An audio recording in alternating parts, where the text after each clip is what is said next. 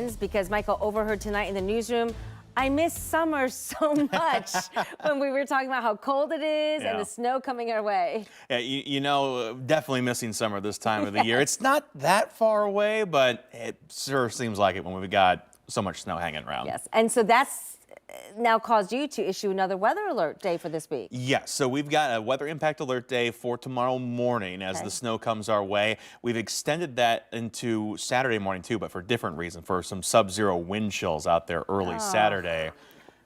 Cold this weekend. Yes. We could get to the 40s next week, though. Okay, So thank you. There's some good news. A little icing on that horrible cake. Indeed. Well, let's start with the horrible part of the horrible cake. That is the snow coming in tomorrow. We're talking about Friday morning snowfall. Not that the totals have changed from the other day, but the timing has crept a little bit earlier. We think it's going to be around for at least part of the morning commute tomorrow. That will likely slow things down a little bit and make it a little bit tricky from time to time. You need to just have a little extra time in your morning commute and be ready for some slowdowns or some slick spots out there, especially if you're leaving after 7 to 8 o'clock in the morning. That's when we kind of think the snow is going to start to ramp up and the impacts will be felt greater and greater after that, with I think probably the most impact on the road being by late morning to around the midday hour. Heading out to lunch tomorrow could be a little tricky. There is a winter weather advisory in place for most of the 10 TV viewing area. That'll be from 6 a.m. to 6 p.m. tomorrow. I think a lot of the snow done by 2 p.m. even, so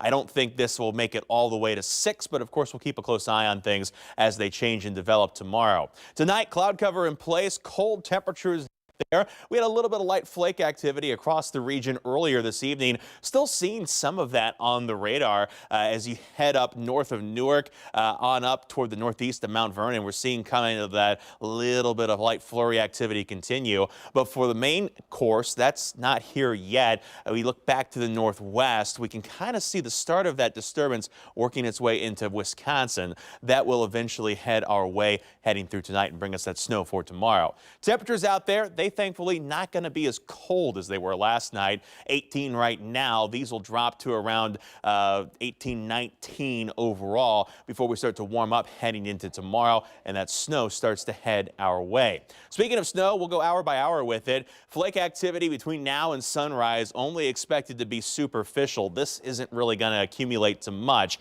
The heavier bands start to get here between 7 and 8 o'clock. After that, moderate, steady snowfall continues throughout the rest of the morning and toward the midday. Again, I think some of the worst roads will probably be around lunch, so maybe keep that lunch inside, let the crews clean it up in the afternoon. The evening commute should be a little easier, but we'll have a couple bands of snow that may briefly reduce visibility or create some slick spots.